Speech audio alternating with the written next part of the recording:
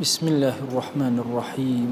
الحمد لله رب العالمين، والصلاة والسلام على خير خلق الله محمد وعلى آله وأصحابه الكرام وتابعيهم بإحسان إلى يوم الدين. ربنا أرنا الحق حقا وارزقنا اتباعه، وأرنا الباطل باطلا وارزقنا اجتنابه. ربنا آتنا في الدنيا حسنة وفي الآخرة حسنة وقنا عذاب النار. بەڕێزان و خۆشەویستانم، ئێمە لە خزمەت کتێبی نایابی مختصر منهاج القاصدين ژیان بەسەر ئەبین. دیارە ئیمامی غەزالی یەکێک لەو ڕێگانەی کە بۆی باسکردین بەرەو خوا ئەڕۆین بریتیە لە بیرکردنەوە لە مردن. دواتر هات لە باسی بیرکردنەوە لە مردن باسی مردنی بۆ کردین، دواتر باسی حەقیقەتی مردنی بۆ کردین. چۆن ئینسان ئەمرێت، چۆن گیانی ئەکێشرێ، ئایا ڕۆحەکەی ئەمرێ یان تەنها جەستەکەی ئەمرێ، هەتا گەیشتە ئەوەی کە مجاهد ئەفەرمێ: إن المؤمن ليبشر بصلاح ولده لتقر بذلك عينه. ئەفەرمێ ئینسانی ئیماندار کاتێک کە ئەمرێ،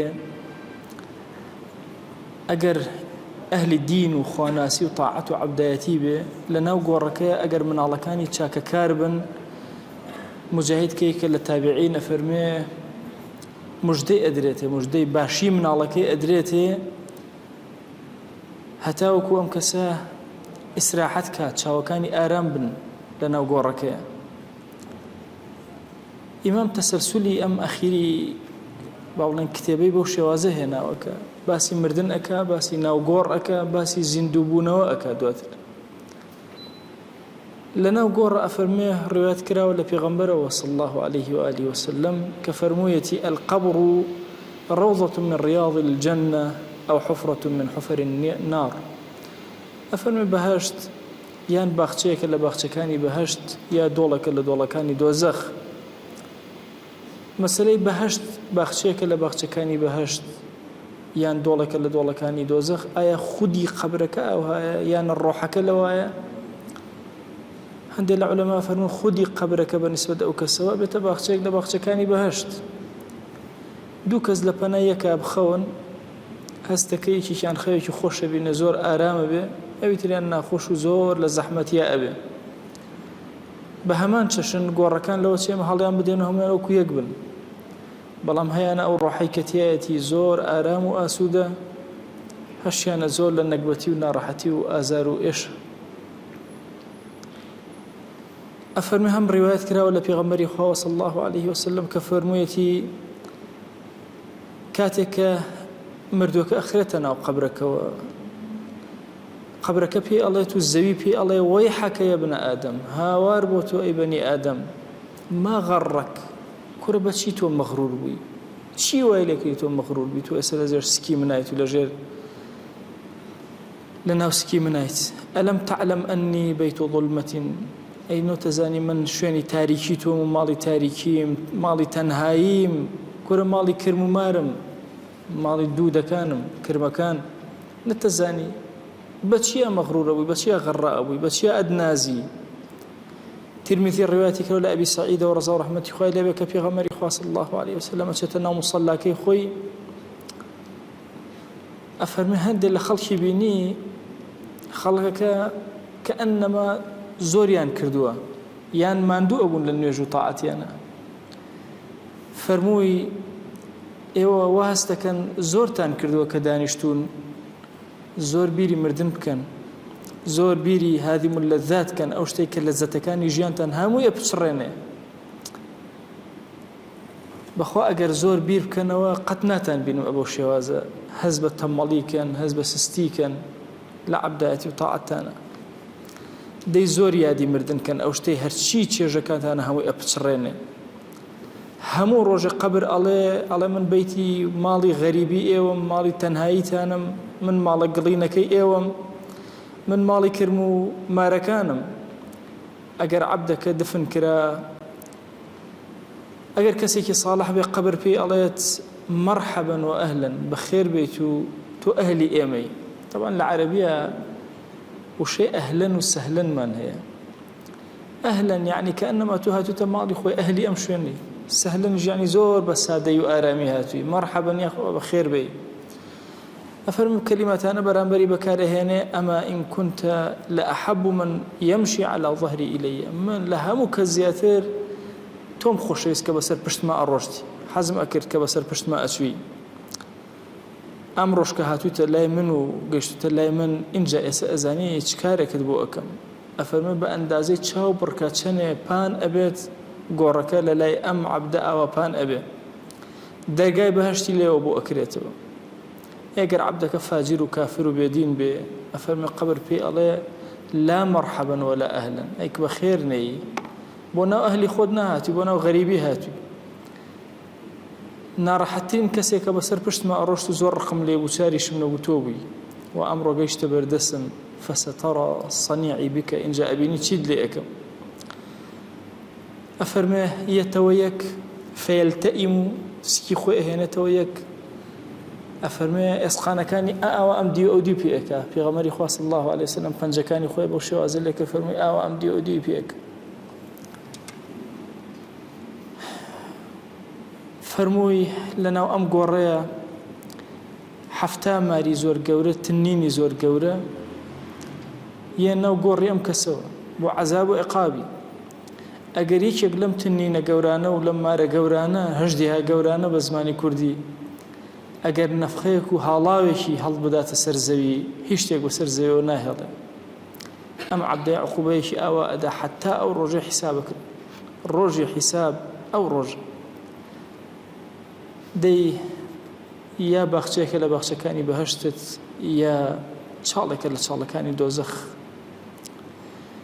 کەعب ئەڵێ ئەگەر ئینسان خرایە ناو قەبرەوە کەسێکی صالح بوو أعمال صالحة كان يكسر بالدوري أشون حوشيك دروسك أهو دوري أجر هر هموان نوج لله يكبارز قاري لي أكار رجول لله حجي جهادي صدقي ذكر كاني أوراد كاني مزقوتي الركاني بو مزقوتي هرشي كرديتي هرشي عبداتي جبجي كردو هر همو دوري أجرن أفرمن لكوي وملائكتي عذاب بيبوي يكيق لكردو جوانا كان أبينيه الرأي أجره للاي السرية ودين أو الرجو كان رأي أقري للاي قاتشي والنوجة كان رأي أقري لهر لا يكوبين حج جهاد هر شتيق لو أنك كردويتي همو إلى برامبريا أو الستة ونكي عقوبين دي أم عبدا الرينية بوشلوا أم عبدا صدق وخير وخيراتكاني هردو للاي هردو دسكان وبارزقاري لي أكن شكوبا دسكاني كردويتي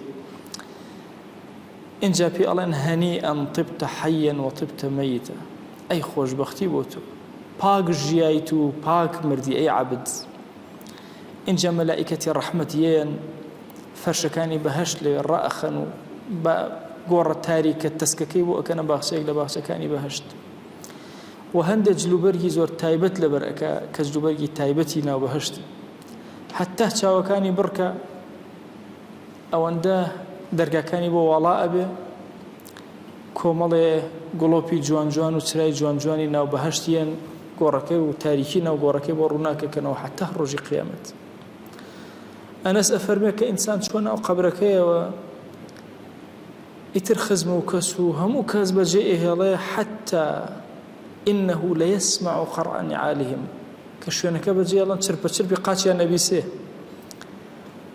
ئینجا دوو مەلائیکەیان دائەنیشێنن پرسیاری لێ ئەکەن ئەو پیاوەی هاتوو بۆتان چی پێ ئەڵێ کە ناوی محەممەد بوو صلی الله عليه وسلم ئەڵێ مؤمن ئەڵێ کەسی ئیماندار ئەشهد أنه عبد الله ورسوله شاهدي أدمك وعبدي خوا وبيغمبري خوا صلى الله عليه وسلم لكاتي بانغدانا زور قرنجا إنسان كجوي لبانغو بانغ بيج الله أشهد أن لا إله إلا الله بدل لبشتي وبلا أشهد أن لا إله إلا الله وتي أشهد أن محمد رسول الله بدل لبشتي وبلا أشهد أن محمد رسول الله شاهدي أدم كمحمد صلى الله عليه وسلم روانا كراوي خواي ملائكان على سيري مقعدي خوشيني خودك لا أقرأ أي عبد على عبدك يعني قرجبه إن جابي على ده سيري أو شو نشتك كلا بهج بودان راو سير أكا ئەڵەن ئەم شوێنە جوانە جێگەی تۆی هەتاوەکو زیندوو ئەکرێتەوە. ئەفەرمێ ئەگەر کەسەکە فاجر بوو یا فاسق بوو یا منافق بوو پێی ئەڵەن چی ئەڵێ بەرامبەر بەو کەسێک کە هاتبووتە لاتان ئەڵێ لا دەڕیت بەخوا نازانم ناتوانێ. ئەفەرمێ ثم يضرب بمطارق من حديد ضربة بين أذنيه لە نێوان هەردوو گوێەکانی لە پشتەوە یان لە پێشەوە. ئەفەرمون مادام وتێتی لە بینی هەردوو گوێەکانی یان لە پشتەوە ئەدرێتە پشتە سەریە کۆمەڵە چەخوشی ئاسنین ئەکوترێن بە پشتی سەریە ناوەڕاستی هەردوو گوێەکانی سەیحە و هاوارێک ئەکا. ئەفەرمێ هیچ شتێک نییە لەسەر زەویە گوێی لێ نەبێ ئیلا ثەقەلەین گوێیان لێ نابێت جنۆکە و ئینسان. وەگە جنۆکە و ئینسان گوێیان لێ بووە نەیان ئەتوانی بژین لەسەر زەویە لە هاوار و نرکە و ناڵەی ناڕەحەتی ئەو کەسان. ئیبن تەیمیە ڕەحمەتی خوای لێ بێت دەلیلێک بوو ئەم فەرمایشتە. ئەفەرمێت لە زمانی ئێمە ئەڵە قەبرێک هەبوو بوو بە دەنگ و باس هی کەسێکی جوولەکە و بێدین بوو. قەبرسانێکی جوولەکەکان ئەڵێ زۆر کات کە وڵاخێک ئاژەڵێک تووشی ئەوە ئەبوو کە خواردنی زۆرە خوارد و بای ئەکرد ئەیان برد لەوێ یەکسەر ئەو وڵاخە نەجاتی ئەبوو تووشی سکچوون ئەبوو. ئەڵێ دیقەتم لەم فەرمایشتەدا ئەبێ ئەم ئاژەڵانە کە ئەبرێنە ئەوێ گویان لە چه فەزعەیەکی دەنگ و هاوار و نرکە و ناڵەیەک بێ کە ئەو حاڵەتی خۆیانیان لەبیر ئەچێت. غەیری ثەقەلەین جنۆکە و ئینسان هەر هەموو ئەیبیستن. ئیمامی جوەینیە پێم وابێ ئەفەرمێ جارێک دانیشتم لەسەر گۆڕستانێک مردوویەکیان هێنا ئەڵێ کە خەڵکەکە ڕۆشتن بینیم هەرچی تەیر و توور بوو هەر هەموو لێ کاتە فڕی دوور کەوتنەوە. ئەڵێ تەسەورم کرد نە تەقەیەکە بوو نە ڕەقەیەک ئەم فڕینە گەورەیە چی بوو هیچ شتێک لەناو ئەم گۆڕستانی موسڵمان دایمە پڕ لەدارە. ئەڵێ هیچ تەیر و توورێکم لەو مەحوەران نەبینی. بیرم لەم فەرمایشتەی پێغەمبەرە کردەوە صلی الله عليه و آله وسلم کە ئەو زەربەی ئەدەن لەم کەسە هاوار و نرکە و ناڵەیەکە هەموو سەرزەوی گوێی لێیە ئیلا ثەقەلەین نەبێ کە جنۆکە و ئینسانە گوێیان لێ نابێ و ئاگیان لێ نابێ. ئەسمائی کچی ئەی بۆکر بۆمان ئەگەێڕێتەوە ڕەزا و ڕەحمەتی خوای لێوێ پێغەمبەرگیان صلی الله عليه و آله وسلم لە صحیح بوخاری و مسلم هاتووە کە ئەوحا ئیلەیە ئەنەکم تفتنون في قبوركم فتنة المسيح الدجال. فەرمووی لە ناو گۆڕەکانتانە تووشی فتنەیەک ئەبن بە ئەندازی فتنەی مەسیحی دەجال کە بێ بەسەر موسڵمانە چەند ناڕەحەتە کە لە چەند دەرسێکە ئەم ڕەمەزانە باسم کردووە ئەوەندە ئەو فتنەی لە ناو قەبرەیە بەسەرتان ئەوەندە ناڕەحەت. اینجا پرسیار ئەکرێت لەو کەسێک کە ئیماندارە کێیە ئەو کەسێک کە هاتووەتە ناو ئێوە کە محەممەدە صلی الله عليه و آله وسلم. ئەفەرمێ ئیماندار ئەڵێ شاهدی ئەدەم کە عەبدی خۆ پێغەمبەری خوایە صلی الله عليه وسلم باقی حەدیثەکە وەکو ئەوی تر گێڕاوێتەوە. ئیبن عەباس ئەفەرمێ لەگەڵ جەنازەی سەعدی کوڕی معاذا چووین دوای ئەوەی گڵمان کرد بەسەریا التفت إلينا رسول الله صلى الله عليه وآله وسلم لا يلكردنا وفرموي ما من أحد من الناس إلا وله ضغطة هیچ کەسێک نییە لە خەڵکی ئیلا گۆڕە وشاری هەیە لە گۆڕەکەیە ئەگەر یەک کەس لە گۆڕە وشار نەجاتی بووە و سەعدی کوڕی معاذە بوو هەر هەمویان تووشی ئەو ناڕەحەتیە بن دواتر حیساب و عقاب بکرێ. بەم فەرمایشتا بە ئیمانداریش تووشی ئەم حاڵەتە ئەبێت تەنها کافر نییە کە تووش بێ دواتر اینجا دەرگا خێرەکان بەسەر ئیماندارانە ئەکرێت. عەبدوڵای سەنعانی ئەفەرمێ یەزیدی کوڕی هاڕونم لە خەوا بینی لە دوای مردنی خۆی بە 4 شەو پێم وت خوا جەلە جەلاوە چی لێ کردی؟ فەرمووی تەقەبەل الله من الحەسەنات خوای گەورە هەرچی حەسەناتە لێ قبول کردم و عەفوی کردم لە هەرچی خراپەیەکە کردبووم. طبعا یەزیدی کوڕی هاڕون پێی ئەوترێ یەزیدی سەبتی یەکێکە لە ئەولیای زۆر گەورە یا ئیمامی سەبتی کە بینیتان هەر یەزیدی کوڕی هاڕونە. بۆ پێوتێ سەبتی شەممەیی ئەفەرمێن لە ڕۆژی شەم باوکی هارونە ڕەشید خەلیفەی موسڵمانە لە ڕۆژی شەممە کاسبی ئەکرد لە ڕۆژەکانی ترە ئەی خوارد کەسێکی زۆر زاهید بوو لە دنیا. ئەفەرمێ پێم وتم ئەی یەزید حاڵە وەزعە چی وتی وەڵڵی هەموو حەسەنات خوای گەورە لێ قبوڵ کردم، هەموو سەیئاتیش خوا عەفوی کرد. طبعا مەسەلەی حەسەنات ئینسان خوا لێ قبوڵکە بڕواکەن ئەم هەموو تاعەت و دینداریەوەکەن هێشتا ئەترسین، نازانین لێمان قبوڵەکەیان.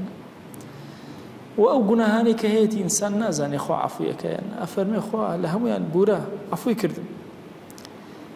ئەیوتم لە دوای ئەوە چی و لێ هاو؟ وتی تۆ بەتەمای چیت؟ خوا ئەگەر کەسێ بچێتە لای کەسێکی کەریم، کەسێکی زۆر بەخشندە، خوایەکی زۆر کەریمە، بێت چی بۆ بکە؟ وهل يكون من الكريم إلا الكرم؟ دوای ئەوەی عەفوی کردووم یعنی ئیترە بێت چیم بۆ بکە؟ لە ئەو کەسێک کە کەریمە لە غەیری کەڕەم و بەخشندەی چیترم بات؟ کورە لە گوناهەم خۆش بوو، غەفەڕ لی ذنوبی وەئەدخەلەنی ئەلجەنە، منی کردە ناو بەهەشتەوە.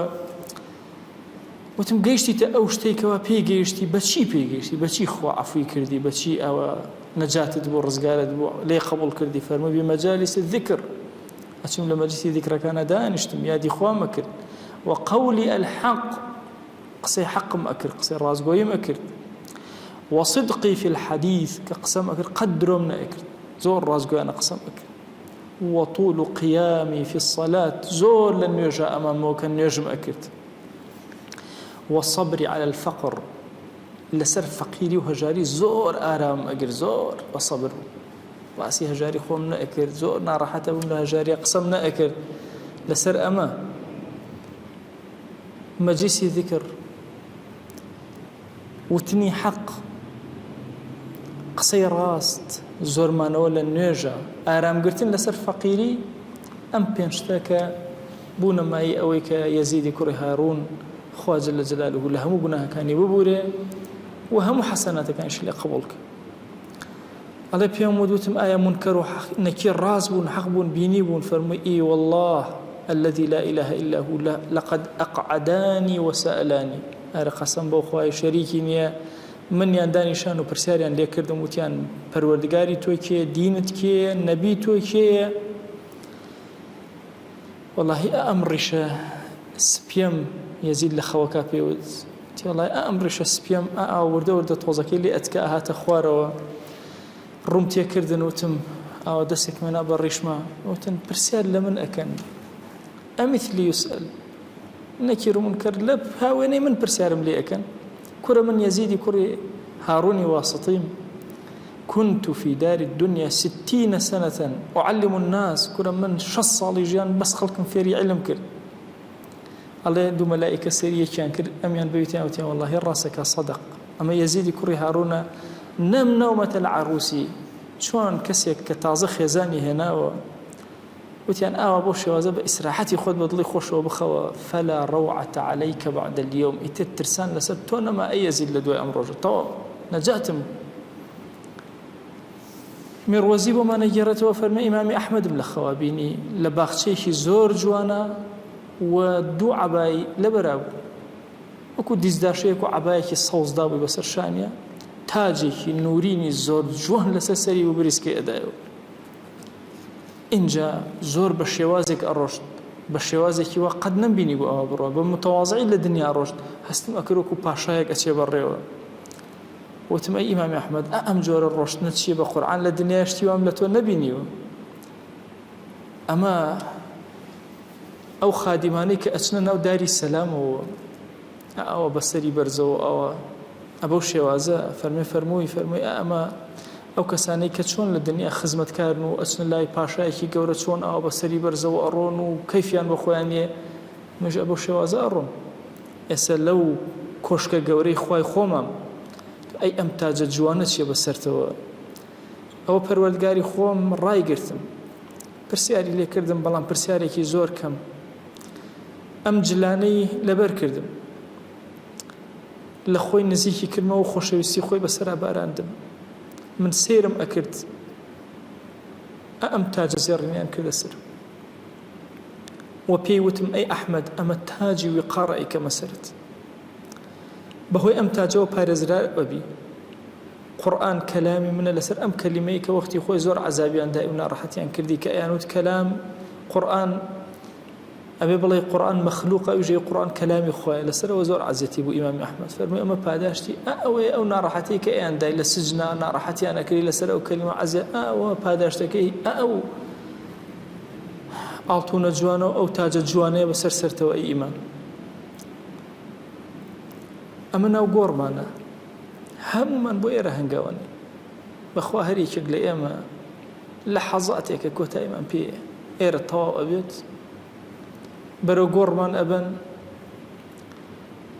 ئەو کەسەمان زۆر خۆشبەخت بێ لە زەمانێکی ئارامە وەفاتکە موسڵمانان بە دەوریەوە جەمع بن و خزم و کەس و ئەینێژن بەخوا هەندێک زەمانی فتنەیەتە پێشەوە احتیمالە بە شۆفڵ بدنێژن و خۆمان هەڵەبجەمان بینیوە یان بیستووە کە مەیتەکان هەر خەڵک مەمنون بوو کە بە شۆفڵش بکرێتە ژێر خاکە ئەمە حاڵەتێکی طەبیعی مردنە کە باسیەکە احتیمالە پارچەکانی تۆ نەدۆزرێتەوە کەسمان نازانین لەکوێ چۆن کۆتاییمان پێ ئایا لەکوێ قەبرە لەکوێ زەویە ئەبێتە ماڵگەی ئێمە و مۆڵگەی ئێمە و لەوێ ژیان بەسەر ئەبێت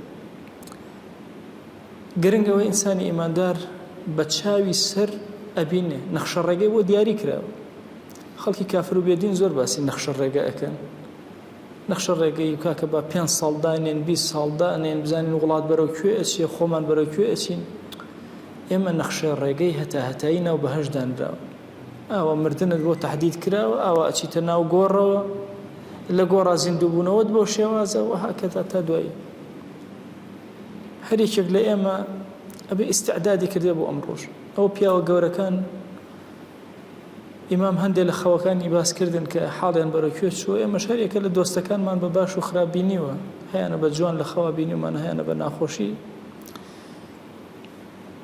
و هەر یەکێک لە ئێمە یەقینی لە سەتاسەتی هەیە بە کافرەوە بە بێدینەوە بە شەیاطینەوە بە ئینسەوە هەموو ئەزانین هەموو ئەمرین هەمووش ئەزانینەوە ڕێچکەکەمان بەڵام عەقڵە و کەسێک کە خۆی ئامادەکردووە لەناو غافڵەکانان نییە چاوی خۆی کوێر ناکە ئەزانێت چی ئەگوزرێت چی ئەخەوم واللهی ئێستا چۆن ئاوا دانیشتوین لە خزمەتانە ڕۆژێک ئاوا لە خزمەتی ڕەب العالەمینە باسی ئەمی ذیکر و یاد و خواناسی و ناو مزگەوت و دەرس و دەور و هەمووی ئەکەینەوە واللهی ئینسان چۆن لێرە هەز بە ئارامی ئەکا لە مەجالیسی ذیکرە واللهی لەبەردەم خوایە جەل جەلالوه زۆر ئارامتر هەستەکە لێرە تۆ نوێژێکە کردو بەخوا ئایکی کەریم و بەڕەحم دەی وەرە خۆت لەوێ بچیتەوە بۆ بەردەم خوایەکی زۆر کەریم و بەڕەحمە بێت چیت بۆ بکە ئەی عەبد خوا ناز بە ئەی عەبد لەگەڵ خوای خۆتان ڕازگۆ بە ئەی عەبد لێرە زۆر نیعمەتی پێیاوی هەموو سەرزەوی کۆ بێتەوە ناتوانین نیعمەتەکانی بژمێرێ بەخوا جاری وایە نەخۆشی و ئازارێکت هەیە دکتۆرێک عیلاجی ئەکا مانگێ 2 مانگ تۆ هەر باسی ئەو دکتۆرە ئەکێ لە مەجالیسە وەرە ئەم هەموو جوانەی پێ عەتا کردووی لە مەجلیسێکە باسی نەکە ئەی عەبد بەخوا ئەهلی دین خۆشبەختترین کەسن لەسەر زەویە چونکە خۆیان دۆزیوەتەوە خۆیان دۆزیوەتەوە ئارامی لەگەڵ ئەوە ژیان چۆن بەسەر ئەبێ لەگەڵ خوای خۆتە مەترسە لەوەی تووشی گوناه هەبێ چی چاوت لەسەرەوە بێ دڵت لەگەڵ ئەوە بێ واللهی هەرچی گوناهی سەرزەویە کردبێتێ بەمەرجە تەوحیدێکی ڕازگویانە لە دڵتا بێ بەو خوای ئەو ڕۆژە بە حزۆری خوا شادەبیتەوە زۆر سەرێ بەرزە واللهی شەرم مەکە لەوەی کە گوناهێکت کردبێ و زەلیل بی لەبەردەم ڕەب العالەمینە بەخوا ئەوەندە بەڕەحمە بەرامبەر بە عەبدەکانی ئەو گوناهانەی کە کردویانە لە هەمویان ئەبورێ لە هەمویان چاوپۆشی ئەکا بەخوا ئەوەندە بەڕەحمە لەگەڵ تا گوناهەکانە لە مەلائیکە ئەشارێتەوە مەلائیکە لە بیریان ئەچێتەوە تۆ گوناهت کردووە سەیری ئەوە مەکە کە لە دنیا فەسحەبی خەڵک باست ئەکا ناوت بە خراپە ئەهێنەی گوێ بەوانە مەدە پەیوەندی لەگەڵ خوای خۆتا باشکە ئەوانە هەموو ئیبتیلائاتن ئێمە لە زەمانێکان زەمانی فەزەحکردنی خەڵک تێکدانی باری ئاسایشی خەڵک زەمانی گوناهکاری زۆرە هیچ گوێ بەوە مەدە یعنی خەڵک هەر هەمووی با خراپەی تۆ باسکە مهم تۆ لەوێ سەنگت چەنێکە و ناوت چەنێ بیسراوە لای خوا جەل جەلالی لێرە هەموو خەڵکی باش باسییان کردی چه سوودی هەیە کە تۆ لە بەردەم خوایە هیچ نەبیت بۆیە ئەو ڕۆح و دڵە بەهێزەی کە لە بەردەم خوایە سەرت بەرزەکە لەناو گۆڕا فریاتێک ئێمە قۆناغی مردنتە قۆناغی گۆڕتە قۆناغی زیندووبوونەوەتە وردە وردە قۆناغەکانی ژیانی تۆ دەست پێ ئەکە هەرچۆن لە سکی دایکتە غەزالی فەرمووی قۆناغێک هەیە لە ژیان قۆناغی دووهەم حتا کتێبێکەیە بە ناوی قصة الماء، یەکێک لە داعیە بەرزەکانی ئیخوان لە سجنە نووسیوێتی. کتێبەکە زۆر قەویە، وەکو چیرۆک و داستانێک ئاوایە، نووسیوێتی وەکو ڕۆمانێک ئاوایە. باسی ئاوەکات، یەکەم جار ئاوەکە ئەڵێ من لە چیەوە دروست بووم، ئەڵێ وەڵا ئەم پیاوە هەندێ میوەی خوارد، هەندێ نانی خوارد، لە شوێنێکە تۆزە ئاوی خوارد، تۆزە شەربەتی خواردەوە، خوا بڕیاریدا لێوە ژیانی من دەست پێ بکە. ئەو ژیانە وردە وردە وردە وردە کۆ بوو، هەمووی بوو بە تۆیەک. ئەم تۆوە ئافرەتەکەش یەک کۆمەڵشتی خواردبوو، لێش تۆیەک دروست بوو، لەوێ لیقایەک دروست بوو. دواتر چوومە ناو ڕەحمی ئافرەتێکەوە، ژیانێکی زۆر سەیر. من لە ناو چیا بووم؟ لە ناو سێوێکا بووم، لە ناو پرتەقاڵێکا بووم، لە ناو شەربەتێکا بووم، لە ناو گیایەکا بووم. ئێستا هاتوومەتە شوێنێکی تاریک و کوێر. مدەتێکی زۆر ژیانم لەوێ بردە سەر، کورە هەر تەواو نەئەبوو، هەر تەواو نەئەبوو. 9 مانگێک لە ناو سیداکە زۆر زۆر ژیانێک وەکو ئەم 70-80 ساڵی ئێرەوە. دوای چاوم کردەوە ژیانێکی سەیر. کوڕێکەم جاشتم زۆر نەئەبینی، دوای وردە بینیم دەی چیم کرد ڕام کرد، هاتم چوم گیرام.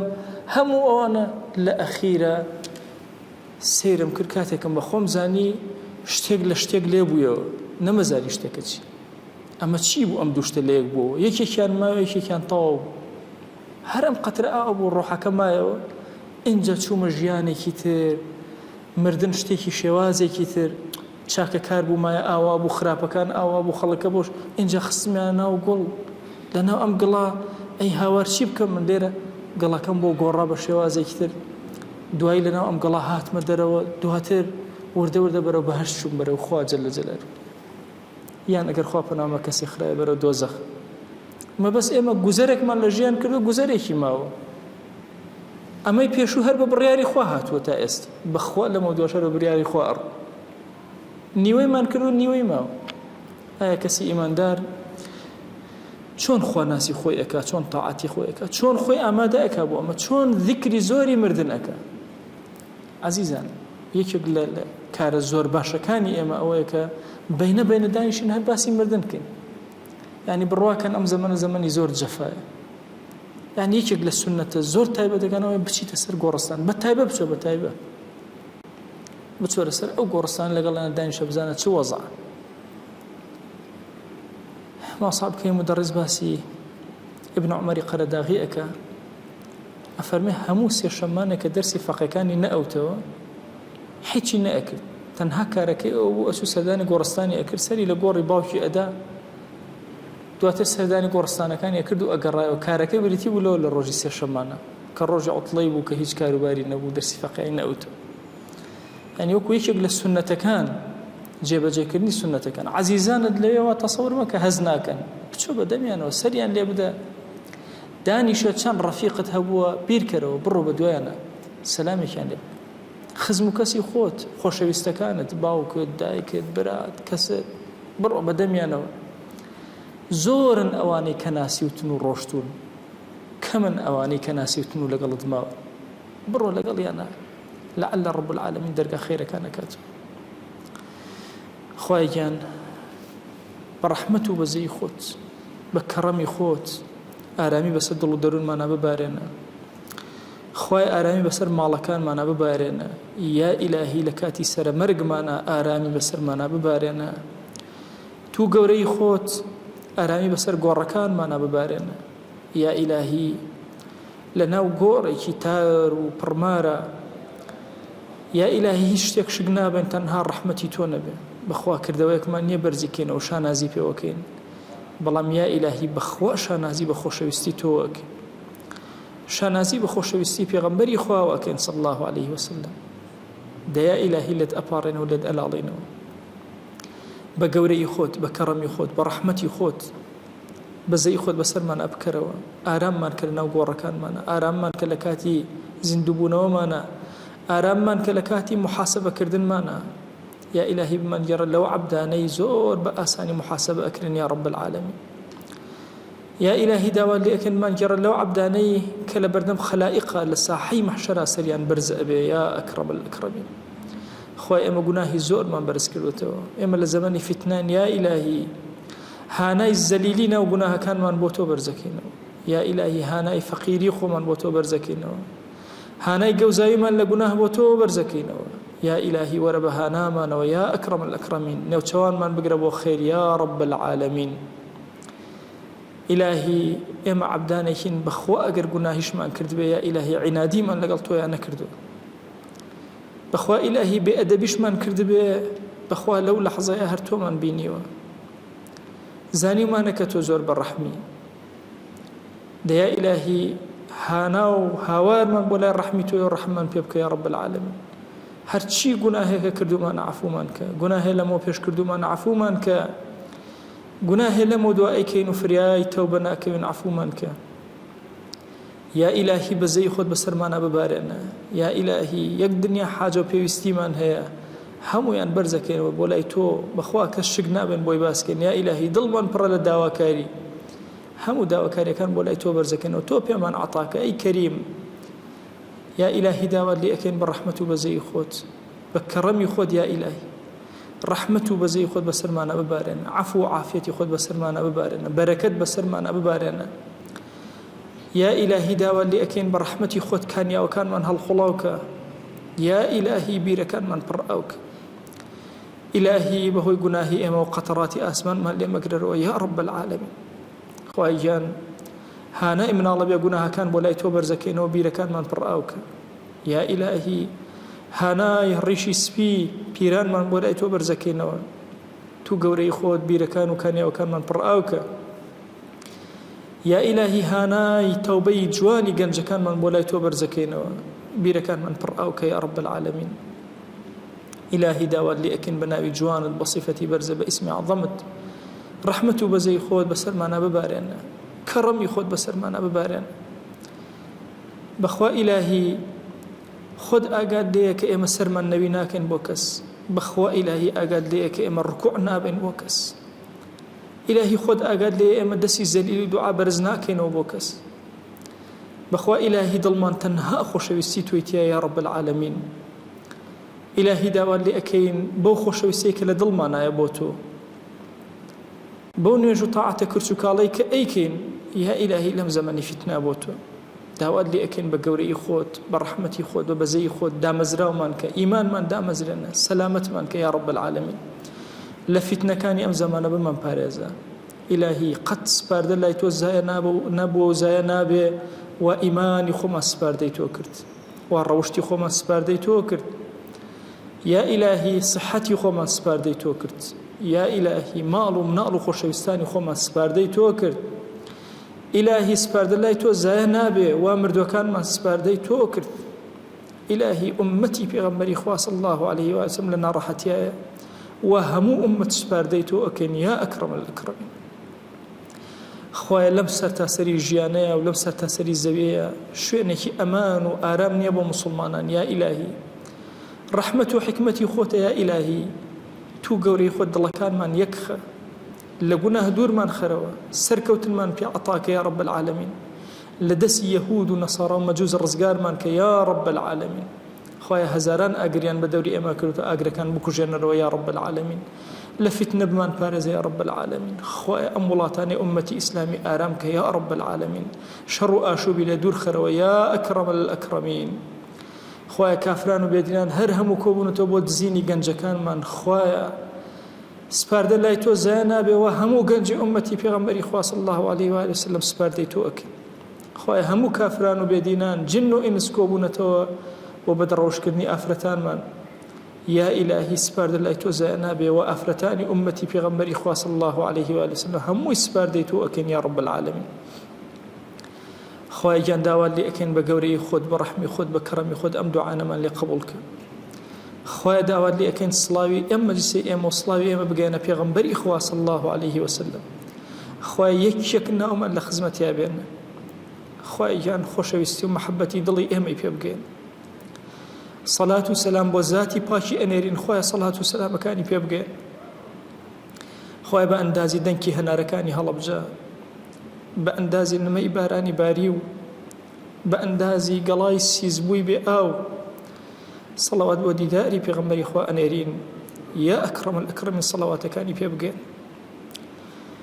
یا ئیلاهی داوات لێ ئەکەین بە ڕەحمەت و کەڕەمی خۆت بە بەزەیی خۆت تو گەورەی خۆت لەم میحنەتانەی ژیان ڕزگارمان بمانگێڕە لەو عەبدانەی کە تۆ لێیان ڕازی بەخوا ئیلاهی ئێمە نازانین چی ئەکەین و چۆن ئەکەین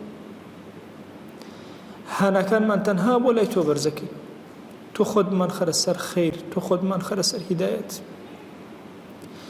ئیلاهی داوات لێ ئەکەین بە ڕەحمەت و بەزەی خۆت چێش بخەرە ناو نوێژەکانمانەوە ناو ڕۆژەکانمانەوە ناو تاعەت و عەبدایەتیمانەوە خۆی بمانگێڕە لەو عەبدانەی کە ڕەزامەندی خۆت بەسەریانە ئەبارێنی یا ئەکرەمە الئەکرەمین خوای گیان ئەم دوعانەمان بەم زیلەتەی خۆمانەوە بەرز کردەوە تۆ لێمان قبوڵ کە خوای ئەم دوعانەمان لێ قبوڵ کە خوای ئەم دوعانەمان لێ قبوڵ کە یا ربی خوای ئەم دوعانەمان لێ قبوڵ کە آمين آمين والحمد لله رب العالمين وصلى الله على سيدنا محمد وعلى آله وصحبه وسلم تسليما كثيرا أبدا إلى يوم الدين خوای گەور لە گوناهی منیش و ئەوش بووری خۆی لێمان قبوڵ کە